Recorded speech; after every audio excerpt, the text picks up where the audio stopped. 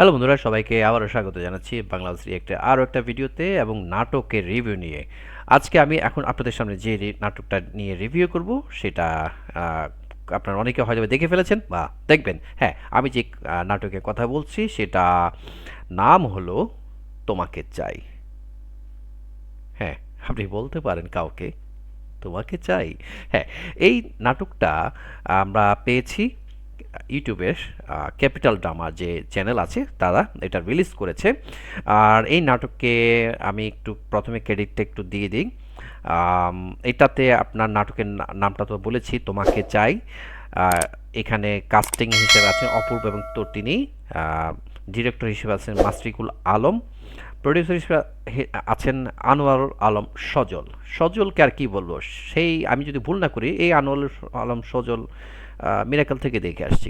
ভালো একজন কৌতুক অভিনেতা, পরবর্তীতে অভিনেতা, নাটক করেছেন। এখন মনে হয় উনি প্রযোজনা করছেন। আমি হয়তো বা ভুল হতে পারি ভাই, আমি এটা আমি গেস করছি উনি সেই সজল। আর প্রোডাকশনে আছে ক্যাপিটাল ড্রামা। ওকে, এখানে এই নাটকটার আর কথা যদি আমি একটু বলি, নাটকটা আমি পুরোটা আছে স্পয়লার দিব না, আমি জাস্ট এতটুকু বলবো আমার অনেস্ট রিভিউটা। যারা প্রিয় মানুষকে ভালোবাসেন, ভালোবাসার বহিঃপ্রকাশ এক একজনের কাছে এক এক রকম হয়ে থাকে। কেউ হয়তো বা মুখ ফুটে বলে ফেলেন, কেউ হয়তো বা মানে মুখ ফুটে বলতে পারে না কিন্তু বুক ফেটে যাওয়ার মতো অবস্থা। সো মানুষ যখন তার প্রিয়জনকে হারানোর মতো অবস্থা হয়ে যায় বা হারিয়ে ফেলে, তখন সে রিয়েলাইজ করে যে তাকে সে কতটুকু ভালোবেসেছিল। সে ভালোবাসা মানুষটা যখন একদম শেষ পর্যন্ত মনে হয় যে হারিয়ে ফেলেছে বা হারিয়ে গিয়েছে, তখন কিন্তু তার আর কিছু করার থাকে না। কালে ভদ্রে কিছু কিছু মানুষ হয়তো বা সেই মানুষটাকে পেয়ে যায়। সো এমনই একটা ঘটনা নিয়েই এই নাটকটাকে করা হয়েছে। নাটকটা যদি আমরা এইভাবে চিন্তা করি, অপূর্ব এবং তটিনী দুজন রিলেটিভ কাজিন, তাদেরকে ঘিরেই এই নাটকটা। অপূর্ব এখানে একজন বাউন্ডুলে টাইপের রোল প্লে করেছেন। আর তটিনী অ্যাজ ইউজুয়াল চঞ্চল মোহিনীর মতো অবস্থা। তার রূপে গুণে সবাই মুগ্ধ হয়। অভিনয় তো উনি অবশ্যই খুব ভালো। এবং সেই জায়গায় কি বলবো, অপূর্ব তো অপূর্বই আসলে অপূর্বর মতোই সে অভিনয়গুলো করেছেন। তো এই জায়গাতে নাটকের আমি যদি বলি, কাহিনীটা শুরু হয়েছে তাদের পরিবারকে কেন্দ্র করে, শেষটাও হয়েছে তাদের পরিবারটাকে কেন্দ্র করে। মাঝখানে দুজন দুজনকে পছন্দ করে, তবে তটিনীর এন্ড থেকে সে তাকে খুব বেশি পছন্দ করে একটা সময় সে প্রকাশ করে। বাট অপূর্ব সেটা রিয়েলাইজ করতে পারে না।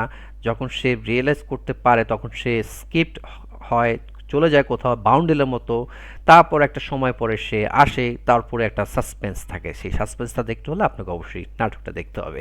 তো আমি যদি ওভারঅল একটু বলি, আমি অ্যাকচুয়ালি খুব ডিটেলসে যাবো না নাটকে, তাহলে তো নাটকটা আপনার দেখে মজা পাবেন না ভাই। একটু তো সাসপেন্স রাখতে হয়, তাই এতটুকু বলা। আমি শুধু এতটুকু বলবো, আমার কাছে একজন দর্শক হিসেবে নাটকটা খুব ভালো লেগেছে। লোকেশন খুব ভালো ইয়ে হয়েছে। তারপর তাদের যে পরিবার, নাদের চৌধুরী স্পেশালি খুব ভালো অভিনয় করেছে। মেলি বাসার ছিলেন। তো সেই জায়গায় ওনাদের অভিনয় তো খুব দারুণ ছিল। আহ, অপূর্ব একজন কাজিন আছে, তার চেলা হিসেবে আবির্ভূত হয়।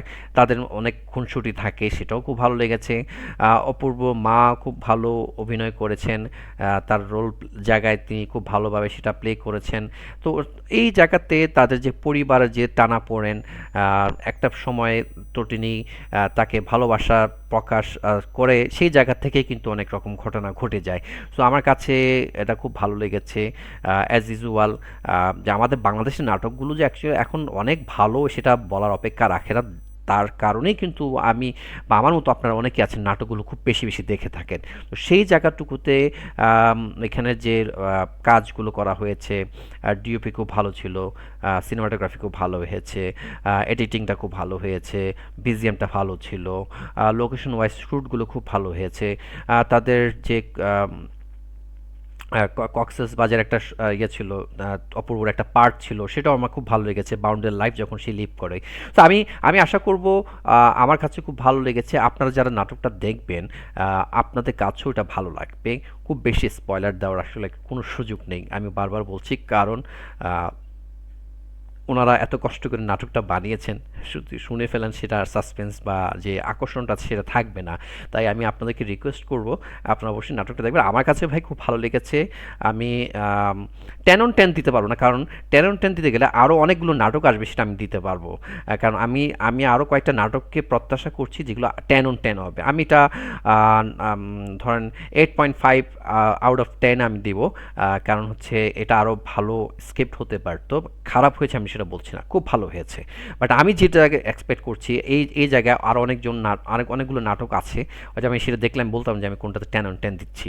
সো এটা অলরেডি 1.8 মিলিয়ন ভিউজ হয়ে গিয়েছে। গতকালকে এটা আপলোড হয়েছে, ঈদের দিন রাতে এটা আপলোড হয়েছিল। সো আপনারা অবশ্যই দেখবেন ক্যাপিটাল ড্রামার ইউটিউব চ্যানেলে। আর আপনাদের যারা দেখেছেন তারা অবশ্যই কমেন্ট করে জানাবেন কেমন লেগেছে, বা যারা দেখবেন তারা অবশ্যই দেখার পরে আমাকে একটু কাইন্ডলি কমেন্ট করে জানাবেন আপনাদের কাছে এটা কেমন লেগেছে। সো আমার ফেসবুক পেজে যারা দেখছেন তারা অবশ্যই ফলো করে থাকবেন, পাশাপাশি আমার ইউটিউব চ্যানেল থেকে যারা দেখছেন তারা সাবস্ক্রাইব করে পাশে থাকবেন। আপনাদের মতামত অবশ্যই জানাবেন, আর সাপোর্ট দিবেন আমাকে, কারণ আপনাদের ভালোবাসা পেলেই আমি রেগুলার আপনাদের সামনে এরকম কন্টেন্ট নিয়ে হাজির হব। পরবর্তী কন্টেন্ট দেখার আমন্ত্রণ এলো, ততক্ষণ সবাই ভালো থাকবেন। আল্লাহ হাফেজ।